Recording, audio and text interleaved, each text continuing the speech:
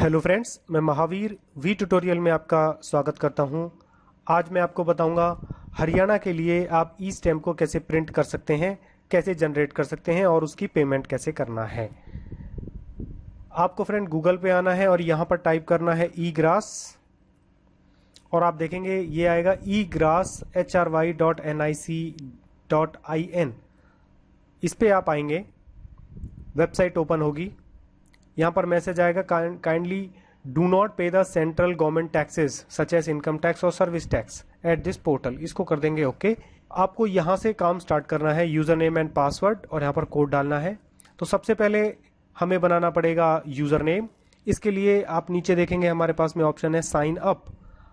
अगर आप new user हैं तो साइन अप करेंगे और ऑलरेडी आपने बनाया हुआ है, अगर आप CST या वैट का चालान ऑलरेडी क्रिएट करते हैं या कोई दूसरा चालान जो कि यहाँ से जनरेट होता है और आपने रजिस्टर्ड किया हुआ है, तो आप यहाँ से लॉगिन कर सकते हैं। आपको अलग से ई स्टैम्प के लिए यूज़र नेम बनाने की आवश्यकता नहीं है। आप यहाँ से साइन अप करेंगे, न्यू विंडो ओपन होगी और यहाँ पर सबसे पहली फील्ड होगी लॉगिन आईडी। सो लॉगिन आईडी पे आप चेक डालेंगे कोई भी, जैसे कि मेरा नाम है महावीर, तो मुझे चेक करना पड़ेगा कि वो आईडी अवेलेबल है या नहीं। हम यहाँ से चेक अवेलेबिलिटी करेंगे और ये देखेंगे यहाँ पर क्रॉस का निशान आ गया है, तो इसका मतलब है यहाँ पर ये नाम अवेलेबल नहीं है। तो महावीर नाम से तो अवेलेबल नहीं है, हम इसे क्लोज कर देंगे और दोबारा से इस पर क्लिक करेंगे और यहाँ पर हम लिख देंगे कुछ भी यूनिक कोड लिख देंगे। उसमें आगे आप कोई भी नंबर लिख सकते हैं या इसको वीर महा थोड़ा उल्टा कर लेते हैं हम लोग, हो सकता है इस नाम से अवेलेबल हो। और चेक अवेलेबिलिटी देखते हैं, देखिए ये ग्रीन आ गया, ओके हो गया, तो ये अवेलेबल है। यहाँ पर हम पासवर्ड डालेंगे। तो पासवर्ड में आपको ध्यान रखना है कि पहला वर्ड कैप्स होना चाहिए, मतलब कोई भी कैप होना चाहिए एंड कैप्स में बड़े कैपिटल लेटर्स में होना चाहिए। जैसे कि मैं लिखता हूँ यहाँ पर सिंह SINGH, तो S जो है वो मैंने बड़ा लिया है, कैप्स में लिया है, @1 2 3 और इसको कंफर्म करना पड़ेगा। S जो है कैपिटल लिया, INGH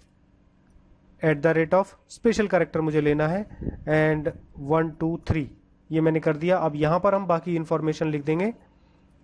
अच्छा, ये जरूरी नहीं है कि आप जैसे अपने लिए निकाल रहे हैं अभी तो ई स्टैम्प, तो आपने अपना नाम डाला, या किसी दूसरे व्यक्ति के लिए जब आप इसको प्रिंट करेंगे तो ऐसा जरूरी नहीं है कि आप अपना ही अकाउंट बनाएं। आप अपने अकाउंट से भी किसी दूसरे का जनरेट कर सकते हैं।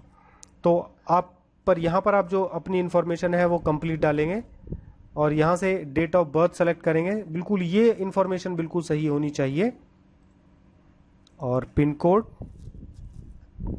उसके बाद में टिन नंबर वगैरह, व्हीकल नंबर वगैरह, टैक्स आईडी कुछ आप डालना चाहते हैं तो डाल सकते हैं। फिर आपको सीक्रेट क्वेश्चन आपको याद रखना है, what is your pan number, ration card number कोई भी, क्योंकि अगर आप अपना एग्जाम्पल के लिए आप अपना भूल गए हैं पासवर्ड, तो आपको ये ज़रूरत पड़ेगा, आपको पैन नंबर से आप इसको रिट्रीव कर सकते हैं। ये बिल्कुल सही इन्फॉर्मेशन होना चाहिए। लास्ट में जो ये कोड दिया हुआ है आप इसको लिख देंगे 27067 और इसको कर देंगे आप सबमिट। ये सब कुछ मैच हो गया है और आपका रजिस्ट्रेशन कंप्लीट हो गया है। मोबाइल नंबर ऑलरेडी रजिस्टर्ड, अच्छा ये मोबाइल नंबर जो है मेरा ऑलरेडी रजिस्टर्ड है, तो मैं इसको दूसरा अपना मोबाइल नंबर डाल दूंगा। तो इस बार में हमारा जो है यूजर नेम क्रिएट हो गया है। हम इसको सेव भी कर सकते हैं और फ्रेंड आपके पास में जैसे ही न्यू रजिस्ट्रेशन होगा आपके सामने ये विंडो आएगी। यहाँ पर हमें किस तरह की हम पेमेंट करना चाह रहे हैं उसको सेलेक्ट करना है। तो सबसे पहले हमें कैटेगरी सेलेक्ट करनी पड़ेगी। तो यहाँ पर कैटेगरी आएगी, आपको नॉन जुडिशियल स्टैम्प्स और डॉक्यूमेंट रजिस्ट्रेशन फीस, इसको सेलेक्ट करना है। फिर पेज रिफ्रेश होगा, इसको ओके करना है। इसके बाद में आपको सेलेक्ट पर्पज ऑफ पेमेंट, अब जो आप स्टैम्प पेपर बना रहे हैं नॉन जुडिशियल, वो किस पर्पस के लिए बना रहे हैं उसको सेलेक्ट करना पड़ेगा। जैसे कि हम sale, purchase, lease, tenancy, share transfer, mortgage agreement, adoption, इस पोर्टफोलियो एक्सेट्रा के लिए हम लोग बनाते हैं, ज़्यादातर इसी के लिए यूज़ होता है। आप इसको सेलेक्ट करेंगे, बट हो सकता है आपको किसी दूसरे पर्पस के लिए भी सेलेक्ट करना पड़ सकता है, आप पर्टिकुलर पर्पस को सेलेक्ट कर लेंगे। फिर से पेज रिफ्रेश होगा, आप ओके कर देंगे। इसके बाद में आपको पोर्टफोलियो या फिर प्रोफाइल नेम इसको देना पड़ेगा। इसको आप लिख सकते हैं महावीर स्टैंप, सिंपल कुछ भी दे सकते हैं, और इसको कर देंगे आप सबमिट। अब ये स्टोर हो गया है आपके पास में। अब आपको फ्रेंड देखिए यहाँ पर अनेबल और डिसेबल्ड, यहाँ पर लिस्ट आ जाएगी सारी जो भी आपने प्रोफाइल बना रखी है। उसके बाद हमने करनी है पेमेंट, मेक पेमेंट पे क्लिक करेंगे। इसके बाद आपको यहाँ से डिटेल्स को सेलेक्ट करना है। अब आप एग्जाम्पल के लिए मैं बता रहा हूँ, यहाँ पर मेरी इंफॉर्मेशन ऑटोमेटिकली आएगी, बट किसी दूसरे के लिए बनाना है तो आप उसको चेंज कर सकते हैं। तो हम सबसे पहले डिस्ट्रिक्ट सेलेक्ट करते हैं फरीदाबाद, देन फरीदाबाद जो ट्रेजरी है कौन सी है, फरीदाबाद बल्लभगढ़ होटल, इसके अंदर में 5 आ रही हैं। आप जैसे कि फरीदाबाद के लिए करना चाहते हैं तो उसको सेलेक्ट कर लेंगे। इसके बाद पर्टिकुलर ऑफिस को सेलेक्ट करना पड़ेगा, तो मुझे लग रहा है कि स्टैंप एंड रजिस्ट्रेशन इसके लिए करना पड़ेगा। ओके, इसको सेलेक्ट कर लेंगे आप, स्टैंप एंड रजिस्ट्रेशन। और आप देखिए यहाँ पर मैसेज भी आया, you are going to make payment DDO office stamp and registration department revenue, okay कर देंगे। तो आई थिंक ये वाला सबसे सही है। ओके फ्रेंड, इसके बाद में बाकी चीज़ें सब कुछ ऑटोमेटिकली आएंगी और आपको यहाँ से पीरियड सेलेक्ट करना है। आपको पीरियड बाय डिफ़ॉल्ट जो करंट चल रहा होगा, जैसे अभी चल रहा है 2016-17, और एनुअल पेमेंट है, हाफ ईयरली है, मंथली है, क्वार्टरली है, या डेली और वन टाइम है, वो सेलेक्ट करना है। तो ये डेली और वन टाइम है। एंड हम यहाँ से पेमेंट टाइप को सेलेक्ट करेंगे और यहाँ पर हम आ जाएंगे फीस, ड्यूटी, लाइसेंस फीस और अदर्स में।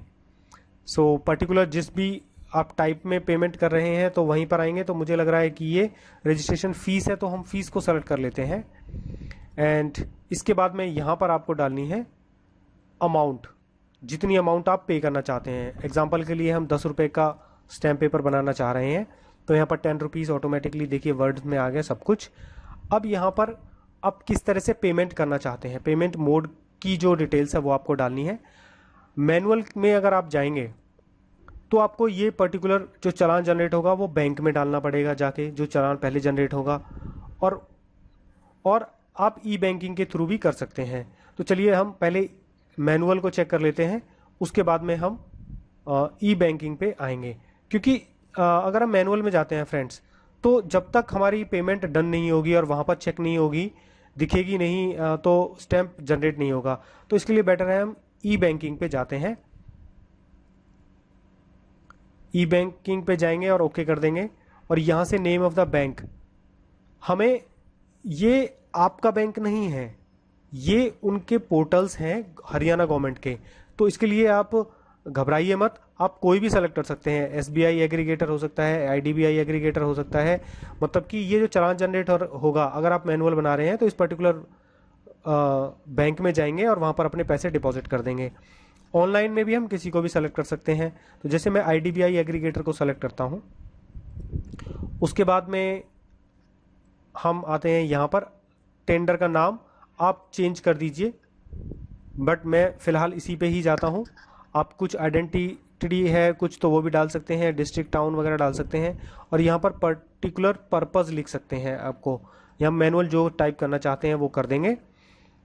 और इसके बाद सारी ये पर्सनल डिटेल्स भरने के बाद में ध्यान रहे ये डिटेल्स उसकी है जिसके नाम पे आप स्टैम्प को जनरेट कर रहे हैं। इसके बाद में हम सबमिट पे क्लिक करेंगे और प्रोसेसिंग स्टार्ट हो जाएगी पेमेंट की। अब यहाँ से आप इसको सभी को चेक कर लेंगे कि कोई डिटेल रह तो नहीं गई है। अगर आप कोई डिटेल रह गई है तो आप उसको कंप्लीट करेंगे। यहाँ से आप सारी डिटेल्स को वेरीफाई कर लेंगे। और फ्रेंड, ये जो GRN है ये बहुत इंपॉर्टेंट है, इसको आप कहीं भी पेपर पे नोट कर लीजिए। तो इसे नोट कर लीजिए। उसके बाद में आप जब सारी डिटेल अगर ठीक है तो आप कंटिन्यू पे क्लिक कर दीजिए, अगर अदरवाइज आप गो बैक करके उसको आप एडिट भी कर सकते हैं। तो आप कंटिन्यू कीजिए और ओके कर दीजिए इस मैसेज को। देखिए यहाँ पर आ गया है कि आपको ये नंबर नोट करना है, GRN नंबर और ट्रांजैक्शन ID, इसको ओके कर दीजिए। इसको ओके करने के बाद में ये पेमेंट गेटवे पे ट्रांसफ़र हो जाएगा।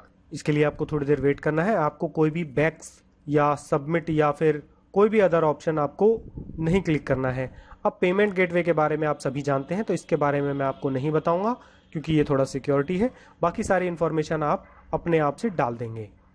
जब आपकी पेमेंट सक्सेसफुल हो जाएगी तो आपके पास में ये विंडो आएगी और इसके नीचे सिंपल आप ऑप्शन देखेंगे गो फॉर प्रिंट और go for verify the payment. अगर पेमेंट नहीं हुई है तो आप गो फॉर द प्रिंट पे क्लिक करिए। काइंडली डू नॉट, ओके, इसको ओके कर लीजिए। अब आई थिंक आपको वेरीफाई करना पड़ेगा पेमेंट। यहां पर ऑटोमेटिकली ये आ जाएगा जो आपने लास्ट टाइम में जनरेट किया था, और यहां पर आप गो प्रिंट पे जाइए। और अगर ये प्रिंट नहीं होता है तो फ्रेंड आप देखिए कि आपका जो ये पॉपअप हो रहा है यहाँ पर, अगर आपको कोई प्रॉब्लम हो रही है तो आप देखिए कि जो आप जो ब्राउज़र यूज़ कर रहे हैं, मोजिला फायरफॉक्स हो सकता है, क्रोम हो सकता है, या इंटरनेट एक्सप्लोरर हो सकता है, या कोई दूसरा हो सकता है, उसमें आपने पॉपअप को ब्लॉक नहीं किया हुआ है। आप देखेंगे हमने यहाँ पर पॉपअप्स को ब्लॉक किया हुआ है, तो इसको हमें ऑन कर लेना है पहले। यहाँ पर मैसेज आएगा, मैं गूगल क्रोम को यूज़ कर रहा हूँ, तो यहाँ पर ऑप्शन है always allow popups from this website, मतलब जो ये ई ग्रास वेबसाइट है, इसको डन कर दिया मैंने। अब मैं फिर से गो प्रिंट पे क्लिक करूंगा और यहाँ पर देखिए मेरे चालान की जो रिपोर्ट है वो आ जाएगी, और ये चालान मेरा यहाँ पर आ गया है, 10 रुपये का मेरा जनरेट हो गया है। और यहाँ पर आप देखेंगे ये बिल्कुल सक्सेस है, ये चालान जनरेट हो गया है। दोस्तों पेमेंट करने के बाद में आपको फिर से इस पर